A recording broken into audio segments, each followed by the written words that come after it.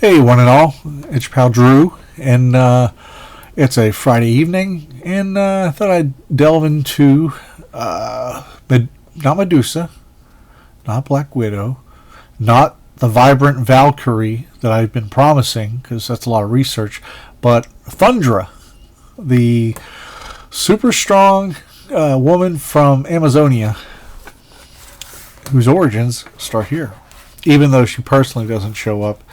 This is like the seed of the idea. Lyra the Femazon. We start off with a beautiful John Romita storyline. It's with gray wash, which is just when it's like when you take a brush and you have ink, and then you have this really diluted ink, and then you do a little bit here, a little bit more, and you build on it.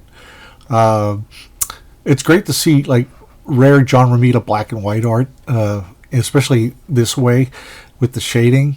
The only other time he did it was the first issue of Spectacular Spider-Man in 1968 when they tried to go do magazines. It only lasted 2 issues, but it's great also. So I love the designs.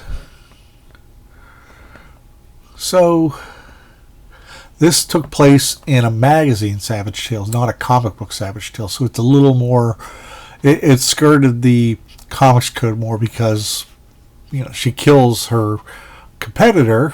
And even though it's pretty harmless, I mean, there's blood on the sword though.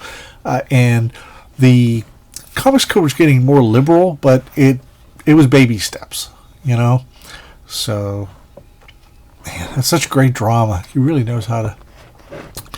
The coloring puts me in mind of, or the shading puts me in mind of some of the stuff that, like Terry and the Pirates imagery, somewhat, that John Romita and many others have, have seen the work and worship it because Kniff was brilliant.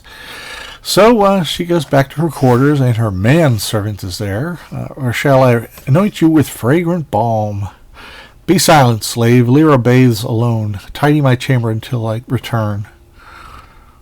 So that reminds me of like a magazine illustration.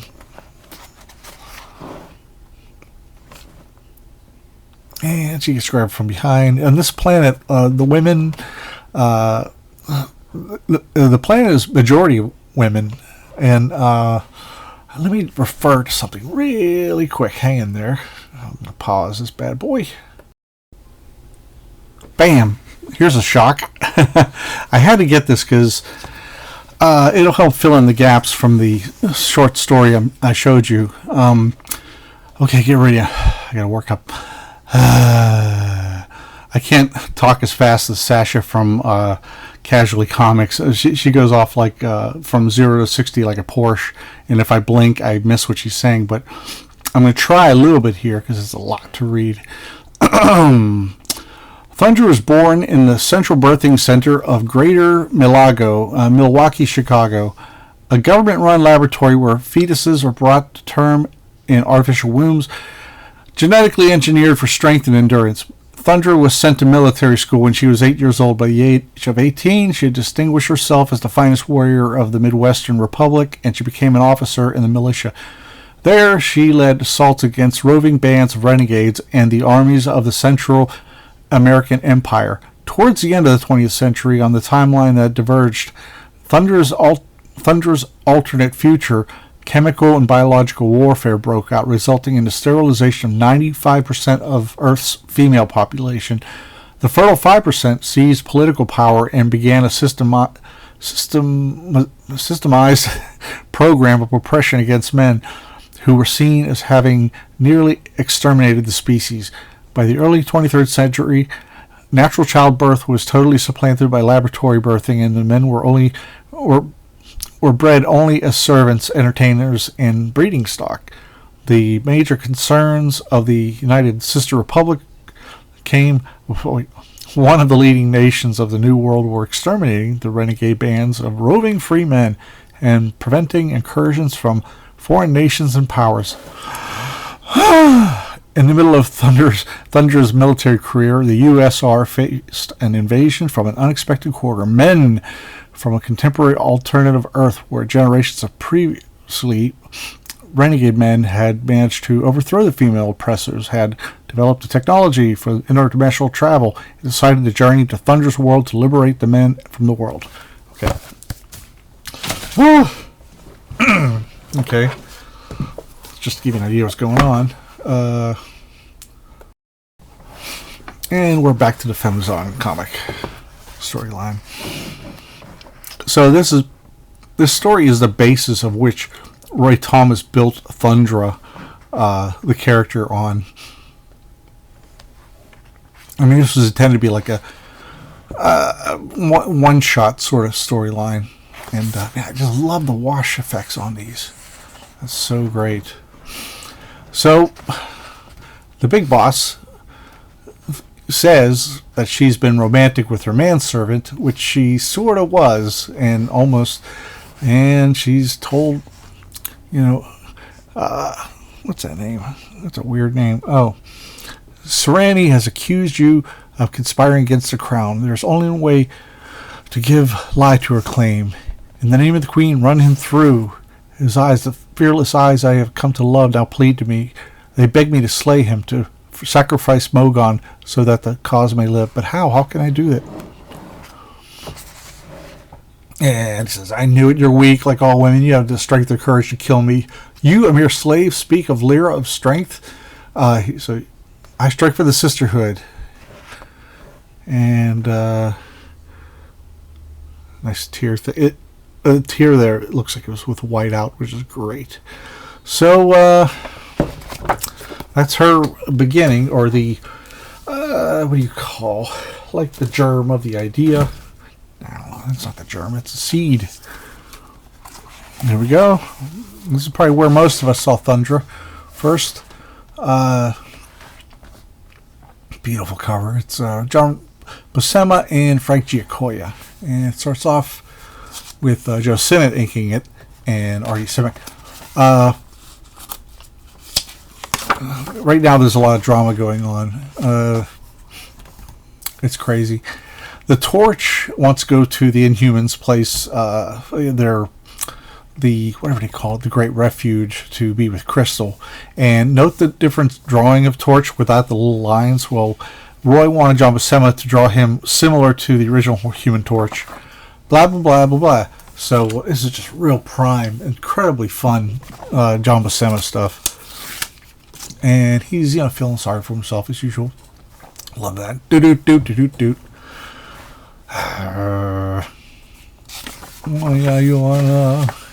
It's Sandman. It's really interesting how Sandman has become almost, I don't know, it's like he started off with Ditko, Spider-Man. He sort of became a FFO more often than not. I haven't crunched the numbers, but you know what I mean. Well, here are the rest of the Frightful Four, who they're frightful for a little while, but they're kind of, they didn't get their ass handed to them. Well, Ben picks up a whole blame crane. Look at that. Wow. And wow again. Scamper back to your rabbit holes like the miserable male rodents that you really are, and let Thundra do your fighting for you. Ha! The not-so-frightful four running like a pack of scared conies from one lone man. Perhaps, after all, I have championed the wrong side in this petty dispute. But no one... But I should be able to stand in battle against the so-called thing, for only I am Thundra. You already tossed your moniker at us, girlie. How about something a wee bit more basic, like, what's a 7-foot gal like you do in a place like this? I've said it. It is written that we battle each other. Negative, lady. I may look like a roughneck, but fighting women, even when they're bigger than me. Man, her chain. Medusa calls that. Wow. That is just friggin' amazing. And it's like, roll your own sound effect, defendee. We couldn't do Thundra's murderous blow justice. So, great face. It's like she's hard and soft at the same time. So I think that's a really cool... Her expressions are amazing. So she just wants to take on the strongest male, and nobody told her the Hulk was around. Well, the FF get taken captive by the Frightful Four, and we hit a Steranko Synod cover. Isn't that odd? Steranko's got some really wild ideas about cover design. Sometimes it's a real home run. Sometimes it's weird, but I love them. So that's a great stance. That is a really great stance. These goons are strange. Even though I sought this man out to defeat him, to humble him as never before, I see now what I overlooked in the heat of the battle. There's something in his craggy face, something inherently noble, which nigh makes me doubt if my mission here is oh no you don't, girlie. Sandman, have you gone mad? Tosses the thing away. And I came to humble and even humiliate, but not to murder. She's as strong as a freight train. Like she's holding Ben up off the ground under his armpits. That's pretty cool. So she sets Sandman straight because he's being a smart ass. He's putting her down when she was the one coming up with results. Well, there we go. I was willing enough to slay the Scarlet Tress sister when she attacked me, but I hold no truck with ungallantry towards a weaker sex. Boy, that's a great sentence there that Roy came up with. And back then, forever and a day, women were called the weaker sex. And she's calling men the weaker sex. And I always thought that was kind of weird anyway. But that's a real old-timey... I don't know. And if anybody says it today, it's a real dick thing to say. Well, yeah, Sema's doing Kirby there, baby. And it's all original. It's not knockoff of anything. So, Sue shows up. Sue shows up, and, well, I'm just trying to take care of business there. And reduce them to atoms. What I said, there will be no killing of men or children, and Thundra's word is Thundra's bond. So, and they end up having a skirmish again. Yes, I see it now. Your fierce desperation, the result of fighting to save the lives of your loved ones, a paternal instinct. I should have sensed it before, but then this is not the contest I sought after all. And she just kind of blocks off the rest of them. And this is the issue where Reed and Sue have a separation. It's a long story. And because that was a big thing at the time, divorce and separation were even covered in like Life magazine, as it was, I guess, not as taboo as it was, decades past. But still, it wasn't a great thing. It was just Life magazine was basically covering the facts that the divorce rate in the 70s and as well as separation had increased. It had not necessarily become socially acceptable. And the 70s articles would talk about, well, it is. It's like if you fall out of love or there's a whole lot of reasons, if someone's abusive, all that stuff. So, Thing versus Thundra, 1-on-1. And Ramona Fraden is the guest artist. She, the artist, the creator of Metamorpho, the artist for Plastic Man, and a whole bunch of other stuff. She's a fantastic artist. I had the pleasure of meeting her like back in '96 or so, and she was a sweet lady who's no longer around. Thundra at Dawn.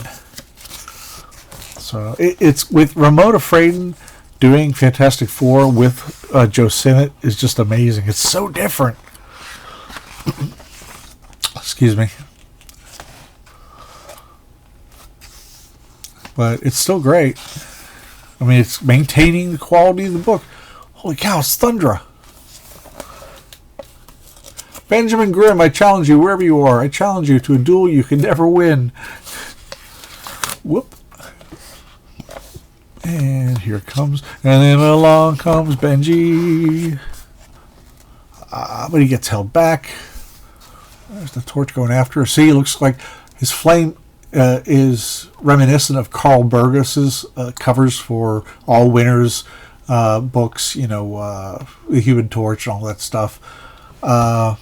Nice shading there, really. And that whole storytelling's great, you know.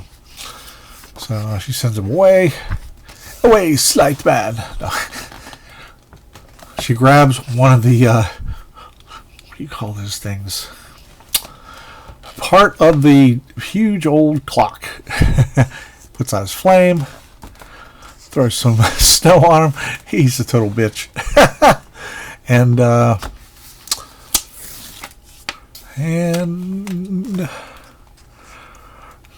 see, Thundra takes Alicia away and is threatened. It says, "Do not disappoint me, Benjamin Grimm. 3 days from now, at dawn, battle me or the woman dies."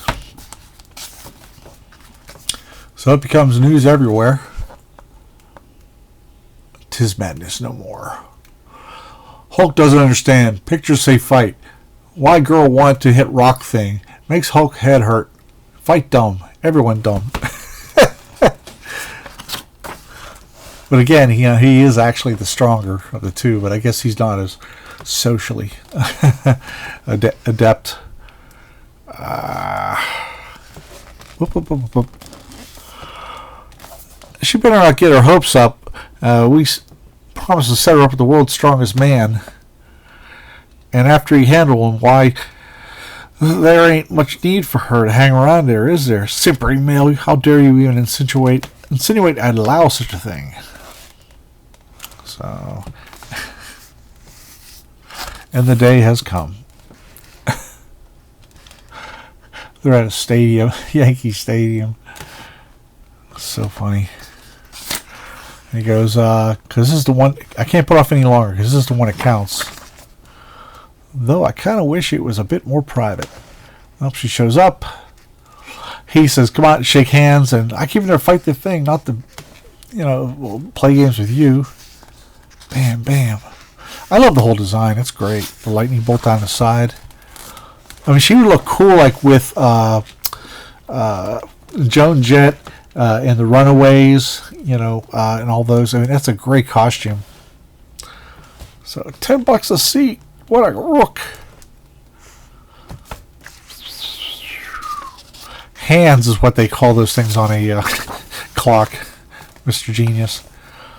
I've had enough of your weaker sex bunk.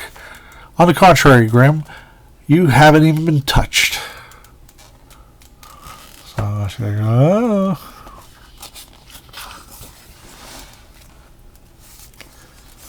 And somehow Reed gets a cosmic ray thing.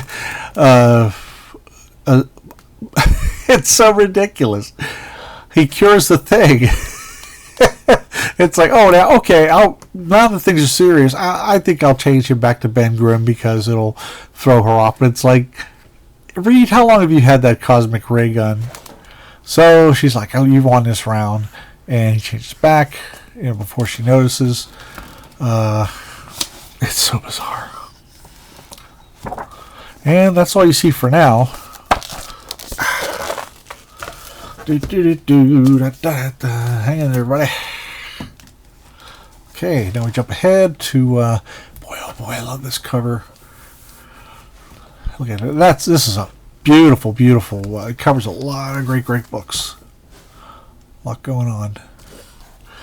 So anyway, time passes, and there's still a strain between Reed and Sue. And so Medusa's still filling in, and I thought she was a great replacement. Out of the blue, the Frightful Four get the upper hand. Damn, that's sweet. There's a billion Kirby swipes in this issue, and then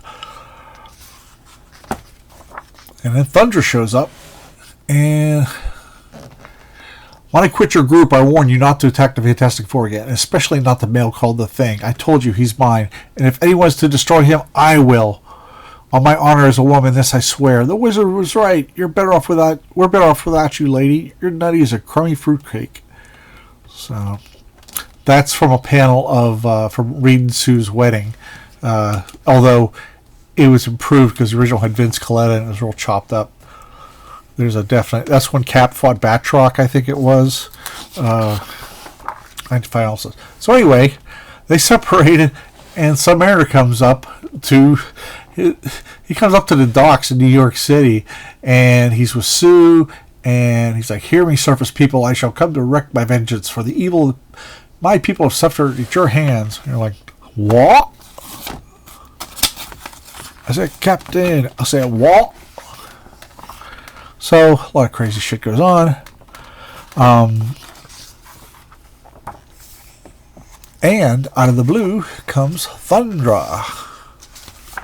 Wait a minute, she comes before that, right? Right. Hang in there, everybody. It's a lot to cover. It really is.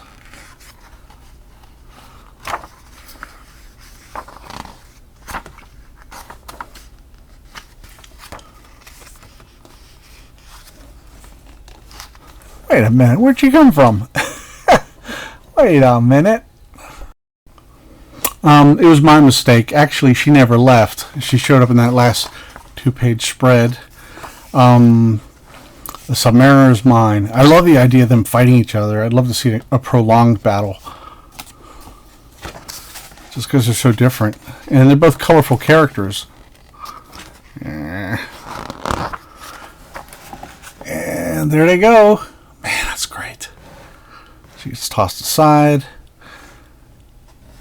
And she's going. There we go. Beautiful, beautiful. I love that. I miss the days of like fights where somebody would go sailing for a long while after getting hit. You know, but I'm an old geek. Crash. That's a great follow through there. And they make up. And Submariner says, "Okay, Bub, why don't you just beat it? In case you haven't noticed, you ain't wanted anymore." Come on. Focus, Frigger. "I'll gladly leave, my friend, now that I'm no longer needed here. May Neptune watch over you till the next we meet." Next we meet? And it turns out it was a plan. It was Triton as one of his assistants. And they were in cahoots with Medusa to get them back together again. It's like, let's destroy New York City and bring up all these sea monsters just so these two can get back together. So, but that's comics. It's wacky. It's ever so wacky. I should leave one of these out so you don't get visually bored. There, we'll go over to this one. Oh, I love this here. This was when I got on board. It was 153, my very first issue. Covers a lot of stuff, including a new logo. And again, a new logo. I guess they weren't happy with what they did before. So, issue 151.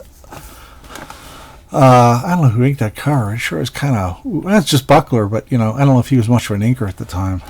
So, here we got Joe Sinnott. And Medusa's walking. She gets hassled by some guy, some autograph hound. And she gets... "You should have smashed him, woman. The pup deserved it after all." "Thundra, we were wondering what happened after the Battle of Submariner. Reed wants to thank you for your help. I'm surprised you accepted it. Still, Reed Richards has been reasonable for a man, which is why I decided to come to him through you with my problem." "I don't understand, Thundra. You have a problem?" "In a way, I am a problem, sister." They talk about Savage Tales. I was the strongest, most brave, the most powerful. Here we go. "But as I said, I come from a future. You must understand. There is more than one. In point of fact, there are 1,000 million alternate futures. One born every time a decision is made." There you go. The gem, the germ of the idea for What If, which Roy would also write a few years later. and Mark Grunwald would expand on it too in the 80s. So you just have this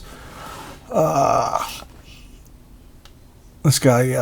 Another world is Machis, a reality controlled by men. So they're trying to pit her against him. That's a really weird panel, but I love it. I know I'm kind of flying over this stuff, or I'm kind of breezing past, but there's a lot to take over.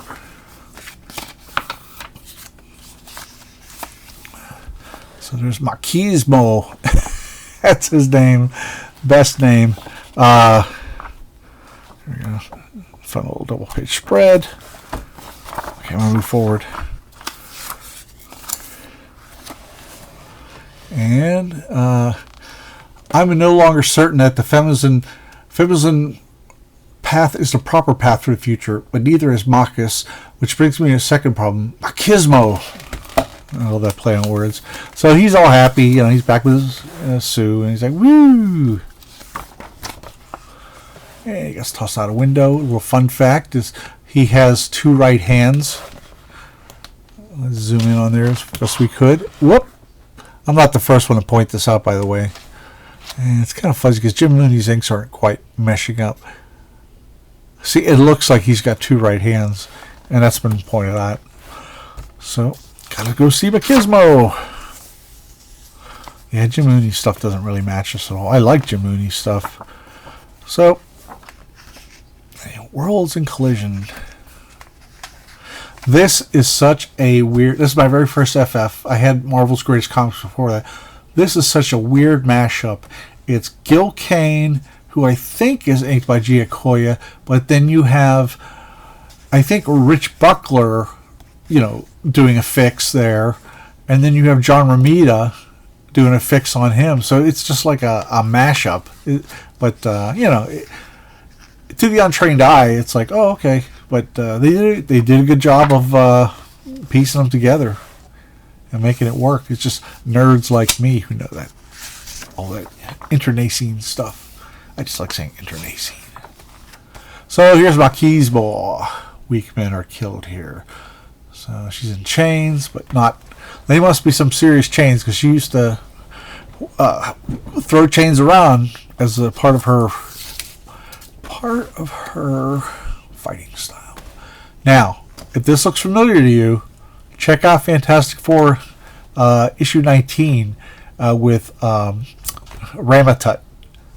This is pretty much panel for panel some of the Kirby art. So they go into a big arena and such. Now these are swiped from giant size. No. It's from FF Annual number 5, I think it was. Yeah.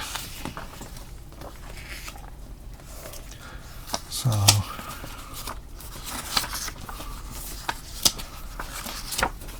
really neat stuff. Thundra, do not attempt to stay my hand, Richards. So they both beat the shit out of Machismo, and some kind of freaky, weird timeline thing happens. One of Marcus's bruisers is about to slug one of Marcus's women, but she ain't taking it anymore. Look at drone people. They ain't fighting with men anymore. They're talking, and more than talking. The merger is nearly complete, and there were 2 worlds with 2 different sex ruling, and now there are only one with 2 equal sexes. I'm like, oh, okay. I'll buy that. And when it's all done, she's stuck on Earth in our present time, which she gives a kiss, a little peck to Ben. And that's the last we see of her for a while. And I know you're saying, like, Drew, some of your Fantastic Four covers have the silver and black, and some of them have the direct market covers. I go where I can get them cheap. I don't worry about the dust jackets. So this starts off with one most famous and most enjoyed issues of Fantastic Four. Roy's still writing, and It's Impossible Man tearing up the Marvel bullpen. George Perez, he was so amazing. I mean, I was like a little kid when this stuff came out, and I got to know him personally, and I cried like a baby when he died, and it was weird because I associated him with my childhood, but then we got together and stuff like that when we were cross-gen and stuff, and I got to know him. It's kind of weird to know your heroes, but he was a good guy, real good guy. He could chat like me. He was like, bah, bah, bah, bah, bah, and I would go, bah, bah, bah, bah, bah. I probably drove everybody nuts at the office. Anyway, they take care of the Impossible Man being a pain in the ass, and the Frightful Four show up at their door. And Marie Severin is the colorist there. That's interesting. Usually she was coloring other stuff. But man, it's so dynamic. So what happened is while the FF were on Counter Earth with that really boring friggin' storyline where they had the golden gorilla and all that, it was awful. It just went on a couple issues too long. Well, Frightful Four managed to capture the FF, and they're going to look for a fourth member. They're going to have a membership drive, and people are going to show up. I call myself the Osprey. That's a bird, Sorry, Mr. Cade, but we don't need anyone with mere powers of flight. Do you have any other superpowers? Fly? I can't really fly or anything. I just made this costume because I thought I wanted to be a superhero or something. But if you just give me some kind of superpower, you blithering dolt. So he puts the anti-grav on him. Don't know how this guy ends up ever. And first appearance of the Texas Twister. That is such a friggin' badass costume. I totally dig it. Great idea. Playing with his big old mustache. Oh, for crying out loud. Thundra! I'm glad you remember me, Sandman. I love how she shows up and it's like the cavalry. Da-da-da-da! Glad you still remember me. I've been patiently waiting in line, as they say here in New York, to do this. Only caveat is I hope she's saying that in a paraphrase, because why would she wait in line? It's like, it's like she ain't playing games like these other people. So they take her out some cheap electronic gizmo. The Trapster came up, and she gets captured as well as Tigra, who shows up. And they break free. Love this. Sandman's such a wuss. I mean, he's powerful, but he's really like getting the crap knocked out of him.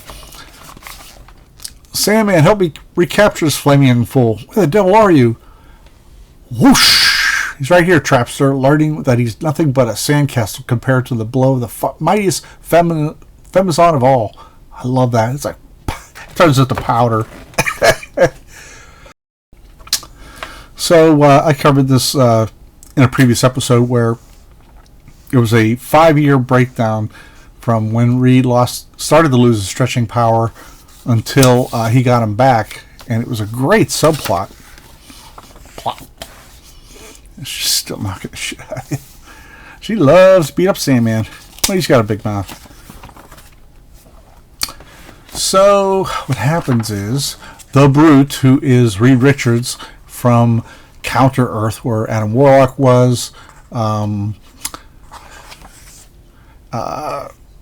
basically he gets sent back to the negative zone, but not quite. He took off the clothes of the real Reed Richards and threw him, or our Earth's Reed Richards, and sent him to the negative zone. I love that face. Wow. Hey, we turned out the lights this time. I love that face. So they think everything's settled. But Impossible Man, he just won't leave. I find him really... He was good in parts, but he shows up every frigging issue for a while. And there's Thundra and there's Tigra, so it's like a lot of hangers-oners.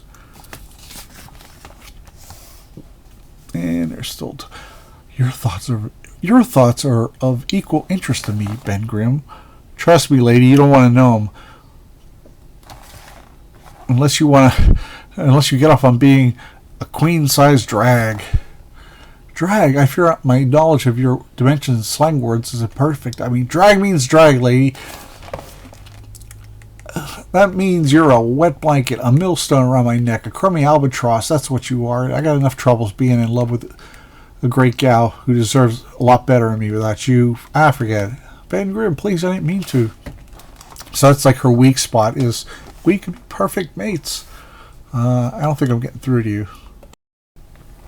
But apparently, Benji's just irresistible to superpowered women because Tyra, who recently met Ben Grimm in Marvel 2-in-1, starts hanging around. Anything else happen here? Okay. Great cover. It starts off as a Kirby cover, and a lot of this is redrawn. Like that's definitely redrawn. It's a fill-in issue. And nice cover there. That's a Kirby cover that was, like I said, he only worked from layouts on books that he didn't do the interiors on, and I guess that I don't know. That was an arrangement they made. But Impossible Man and Thundra are watching TV.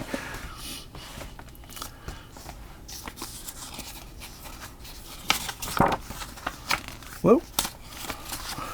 Yes, I do reuse these post-it pads.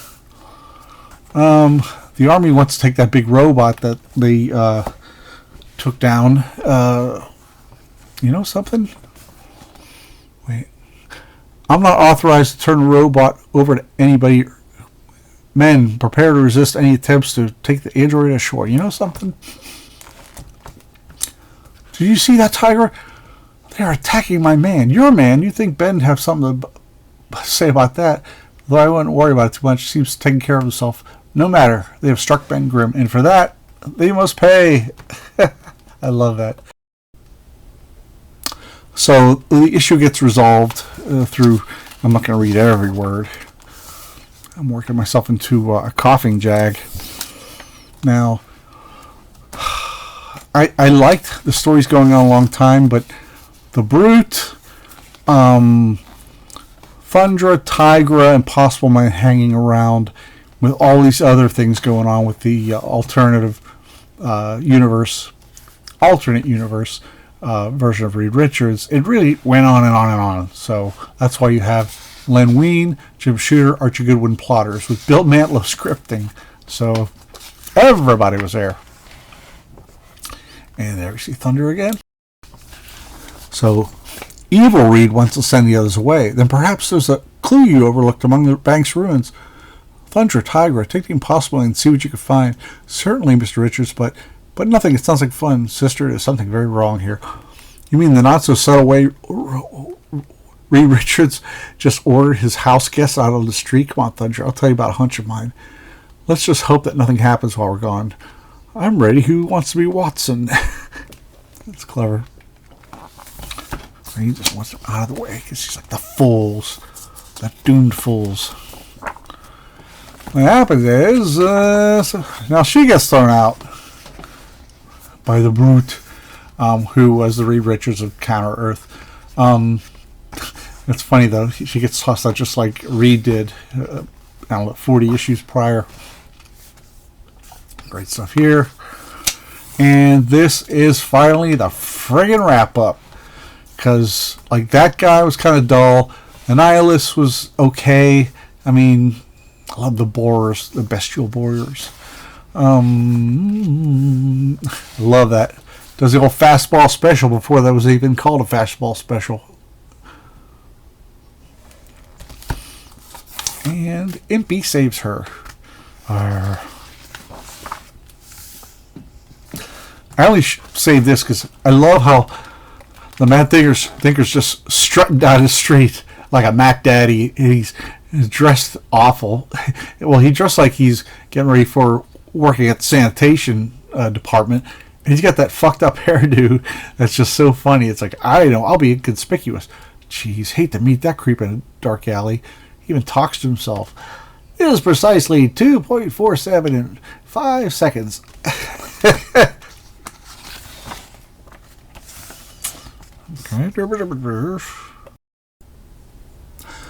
Well, the ladies in Impy are at the foot of the Baxter building, and Possible Man doesn't want to bother. He's sick of fights. He wants to indulge himself.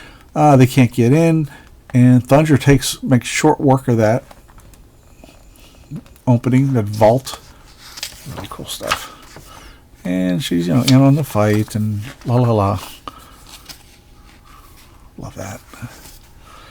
She was an underused character. I mean, I would have loved to see like a Marvel team up with her. Look at that. Man, look at that guy. He's just a one-off character that Perez came up with. Wow. Damn, that's amazing. Oh, so much going on there. He just had ideas he could throw away. I mean, he just like, in fact, I don't think this guy ever showed up again because he was a one-of-a-kind sort of thing. The real Reed's recovering. Well, the gals are like hanging out with the guys. And, sure, but the Fracas here knocked Auntie out of commission too.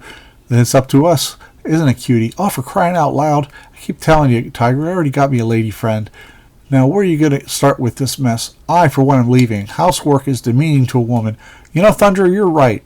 I think I'll go with you. Hey, wait a minute. Who's going to clean up the place? You'll find a dustbin and broom in the closet, Ben Grimm. And she's like, you can never get a cab in this town. There are times, sister, when your humor is become most annoying. Ha! You're just ticked off because you can't get any further with Benji than I can. He's hooked up with Alicia Masters, and you know it. Beware, sister. You had best curb your tongue lest you lose it. Now who's the cat? All's fair in love and war, and this is definitely war. So that's the last we see of her for a while. Look at that. Drink that in. Drink that in. Other than Kirby, I can't imagine anybody else being that ambitious with buildings. It's just so friggin' astonishing. You know, he amazing talent. Now we go to Marvel Masterworks of Marvel 2-in-1, and we see the return of Thundra. So let's just get into it. A Project Pegasus series, mini-series within a book. 6-part. Very beloved. It's been reprinted a lot of times. I saw a reprint of this. I mean, in 1988, they had a trade paperback reprinted the Project Pegasus saga, but I saw a recent, I don't know what it was, a reprint, and there were color holds all over this, and it really kind of killed the design element. It's like, I know those lines are comic book lines. These are comic books, you know, and there's design choices that the artist makes. But when the colors are too bright they highlight too much, flare stuff out, it destroys the design. John Byrne, Joe Sint. Out of the blue, here comes Thundra. Meanwhile, a 7-foot-tall powerhouse known as Thundra strides the garbage-strewn streets. Things were so much simpler, my life more purposeful when I first came here from Femazonia. But now my very existence seems to lack meaning. Huh? What's that noise? And this guy's about to clobber the guy with the bowler hat. Takes this guy out, not a problem. He's like, what a magnificent specimen. I may have stumbled upon the greatest find of the decade. Where I am from, come on. Oh, he says, my dear, drop that noisome ruffian and tell me, have you ever engaged in the dubious art of wrestling? Where I am from, I am the undefeated champion in the sport. Why? Because I'm about to make you an offer of a lifetime. Or my name isn't Herkimer J. Oglethorpe, most renowned wrestling promoter in the East. You see, my exquisite Amazon are about to make us a small fortune. So, this guy gets her ready for the wrestling. I'm more than happy to wrestle for you, but I see no reason to choreograph the combat. Why, we merely wish to avoid unnecessary injury during periods of stress. Just follow the script. So here comes Pound Cakes, who eventually, these female fighters, they become, they show up in a lot of other places too. So many great characters that Mark Grunwald and Ralph Macchio design and wrote in this miniseries. They co-wrote. Takes her down. What's she doing to pound cakes? Titania, Mimi, Letha. You know the procedure. Go get her. Mimi in the middle. She becomes Songbird in the Thunderbolts in 1997. Yep. All these women are getting tossed around. This could become a regular part of the workout, Mr. Oglethorpe, if you'll go to the expense of placing mats on the walls. So later on, Titania, Thundra. I believe I'm slated to win this match. Indeed, my dear. Now for both of our sakes, this time please follow the prescribed movements as outlined in our practice. Yes, yes, much as I hate to, I'll follow your script. And this other gal is cheating. She has a poison needle. And Thundra's using she's using the script. Will you surrender, sister? Or must I use the dreaded Thundra throw? Your silence is my answer. But Titania pulls out that needle, scratches her. You think a mere needle will... Ooh, getting wrong. What's wrong, dearie? Feeling a little woozy? You've drugged me, but I've still strength enough to defeat you. Dream on, lady. The match is finished, so are you. The winner, Titania. And this guy's like, oh dear, how shall I explain this unexpected turn of events to those gentlemen I persuaded to wager on the outcome? Perhaps a singing telegram from Seattle. I was a singing waiter once. You want to hear me sing? Out on Thundra Island. Do. Actually, I wasn't a singing waiter. I was a busboy. And they didn't ask me to sing. Oh, shoot. I miss all that. Well, I apologize. There we go. I must have took out the post-it note. John Byrne, Terry Austin. And she finally gets co-headlining. Now we get George Perez and Gene Day. What's amazing about this, you had 3 issues of John Byrne going into 3 issues of George Perez. I mean, that's what was really great about that era, was you didn't know when either of those guys would show up because there wasn't a lot of advance notice. I mean, we didn't have like the catalogs like now. And, you know, I get it, but, you know, some books would suffer, but... so she's following the Femizon. She's the one who got knocked out. And, real quick, when I woke from my drug sleep, I was in my locker room being watched by Man in the Shadows. He spoke of a vast organization with tentacles extended into all areas of the government and international finance. An organization which had arranged my supposed chance meeting with my manager Herkimer Oglethorpe to bring me to Kowalski's gym to wrestle, though Oglethorpe knew nothing of the subtle manipulations. The reason for it all was simple. They needed someone with great strength and courage to perform a task with such risk involved. I was the ideal choice, and I was to be accompanied by 4 female wrestlers I had fought earlier, women who were secretly special operatives of the great conglomerate. Titania, Screaming Mimi, Pound Cakes, I love that name, Letha. How about Letha there? She looks like one of the... Give me a second. One of the female Furies from Jack Kirby's Fourth World. Love that. Oh, anyway. The mission seemed easy at first. We were to place some strange device at a location specified and then leave. Despite my suspicions, I agreed to lead these grapplers, for the man in shadow promised me a reward that would mean the world to me. And so we were airlifted to this area and instructions on how to best reach our goal. The recently completed research center. Project Pegasus. Okay.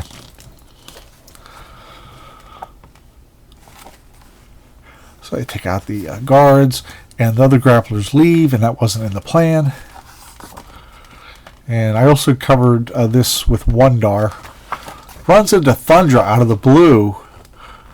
And he is grim here. Was I warned? Please, Ben, this is nothing. Please say nothing at this time. Let me leave quietly. I have no desire to harm you. That's swell, babe, but do not force me to strike you. How about that? I love that. And the other fighters are, what do they call them? I should call them something. Oh, grapplers. Yeah. And that is a real exceptional image there. That fist and those wrists.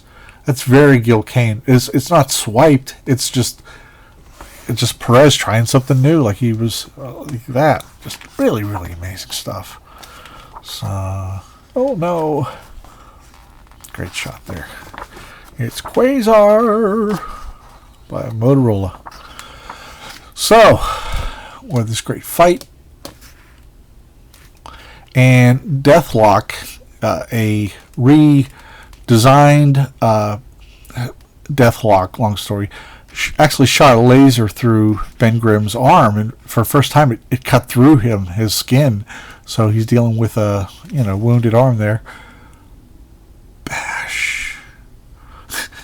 I love that. She's like, why must we? She's like pining for him while she's beating the shit out of him. Why must we struggle, Ben? In truth, when I first came here from Femazonia to defeat Earth's mightiest male, I saw you merely as an adversary. Why can't we see why can't you see we are fated to be mates? Even my absence from the Baxter building these past weeks have done nothing to dim my feelings for you, as I hoped it would. And she made a comment about Alicia. She says, yeah, yet you have continually spurned my advances, maintaining this hopeless love for the blind girl, Alicia. So he has a fit. Understandable. Right back at you, baby. This is for that rotten crack you made about my Alicia. You shouldn't shine her shoes. You couldn't shine her shoes, you blasted tomboy. And actually puts a wrestling half Nelson on her. So it goes on and on and on. I love that move. That's great. Hold right there. Oops, this is very embarrassing. I don't believe it. And everything's settled now, and everything wraps up here. But Thundra's story is not over yet, at least in the Bronze Age. I don't remember her showing up much at all in the 1980s. I think it was like maybe in the 90s or the 2000s that they brought her back, and I don't really know. I'm just telling you, this is the Bronze Age. It's my age, so. Thing and Warlock. So another nice surprise. You got George Perez coming out of nowhere. Come on, focus. 1, 2, 3, focus. Yeah, Jerry Bingham stepped in for a while, did a really great job. He was new to the job, but he was also great. And then along came George Perez again with Gene Day. I love how thick and bold these inks are. Oh, let me go back a second. Indulge me. For one thing, Stingray is like the co-headliner here. I loved it. I was like, oh my God, Stingray. I love that costume. I'm going to try and get ahead here. Ah. Wow. Look at those clouds. Wow. Ah. Okay. I skipped ahead. Well, another subplot involving Thundra shows up. Okay. 4 time zones distant in Manhattan's Lower East Side, a less hoped-for reunion is occurring between Thundra, the Amazon warrior from an alternate future Earth where women are the superior sex, and Hyperion's the name, lady, and you just happen to be making like mama with my wrestling promoters, and I don't like it. Mr. Oglethorpe was merely glad to see me. I've been away for some while. Your face is familiar. I've seen it before. You bet we have. And what happened was she was training in the same gym as this guy who turned out to be Hyperion. He did not have his memory, and it got restored. And anyway, that's all you need to know. So, but he's still my manager.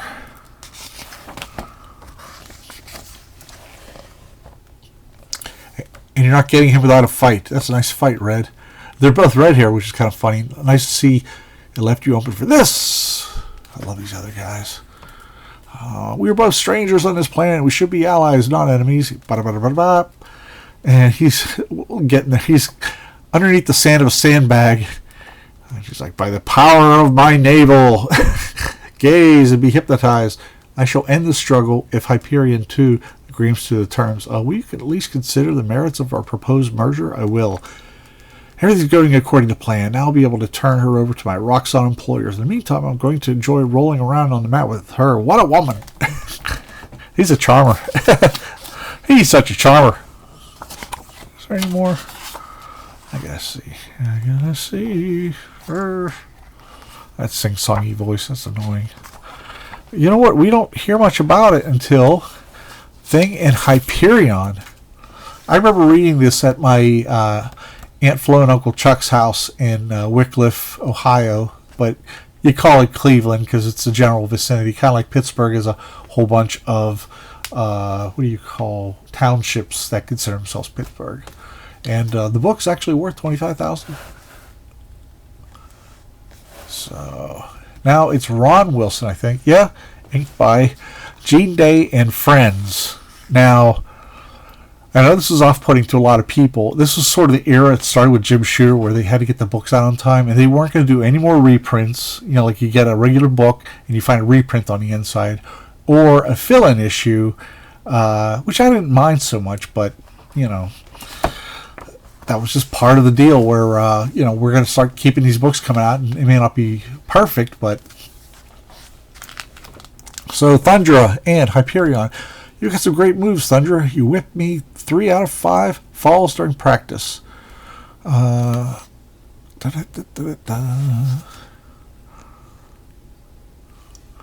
they sneak in. Not sneak in, they're offered to come in. Let me see. La la la la la. Blah blah blah blah blah. Well, they come across this guy. It's kind of a sneaky thing. He's kind of he's a charmer. Is that sorry everybody. Abner Doolittle. Okay, no. I thought it was that other guy who was the power broker, but he wouldn't come till the late 80s or mid 80s. He has a second. This is Professor Abner Doolittle, one of our chief researchers and instruments of his handicraft is the portable nth projector. Its purpose is to project matter onto other realities. But my reality, my homeworld, exists no longer. It was replaced when warriors from the male-dominated plane of Makis somehow caused our twin spheres of reality to merge. What once were 2 separate worlds are now one. What is there for me to return to? My dear woman, don't patronize me. Our background check on you revealed that you have at least a minimal knowledge of alternate reality concepts. As you're obviously aware, there are countless alternate worlds and multiverse diverging from one another at a critical moment. Blah, blah, blah, blah, blah. So she still has a home to go to. He gets the projector and sees her home world. Oh, there it is, my world, my home, with every detail exactly as I remembered it from the past. It can't possibly be faked. And let me assure you, we are certainly prepared to send you there immediately.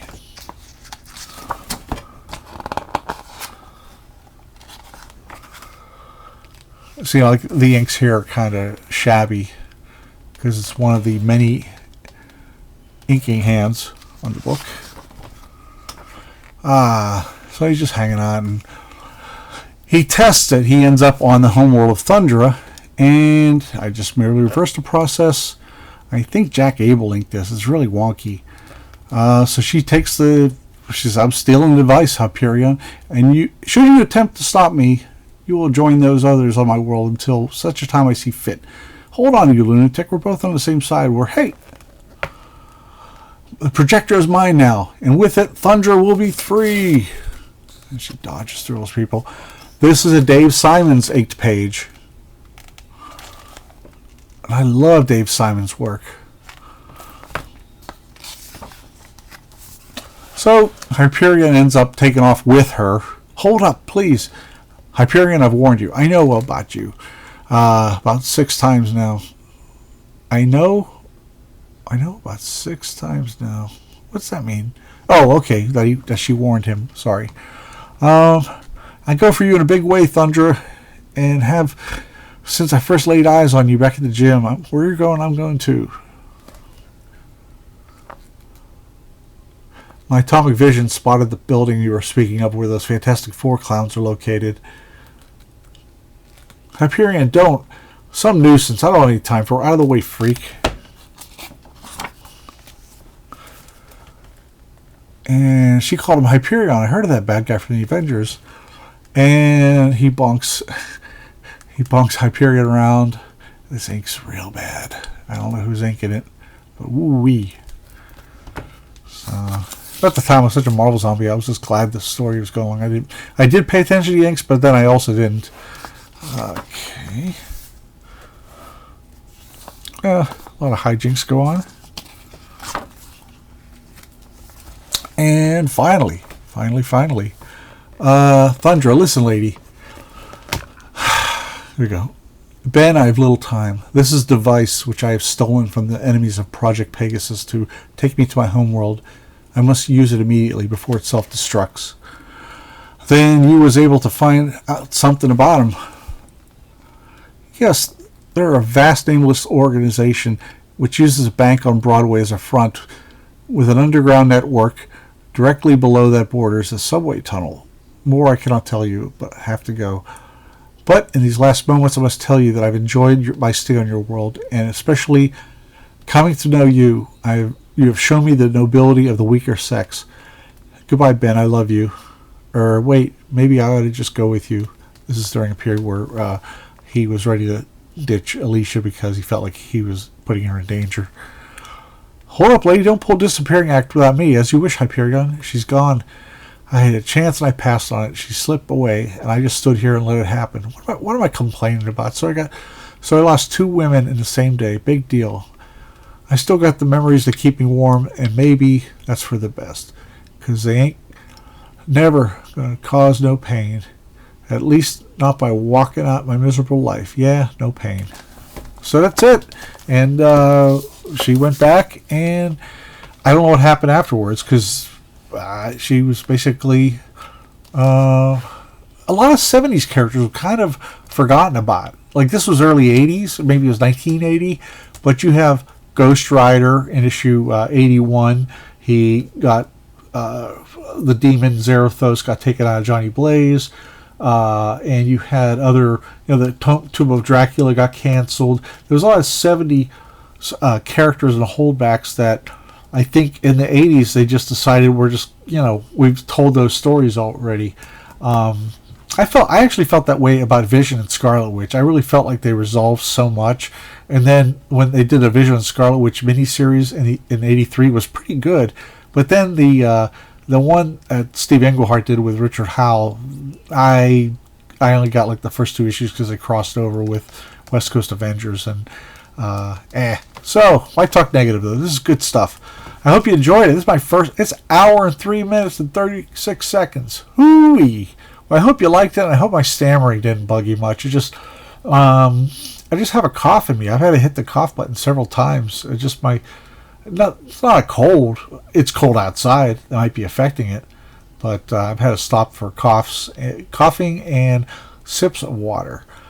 All right, everybody. You have a great day. I hope you enjoyed this extra long episode. And take care, everybody. And be good to each other. Bye.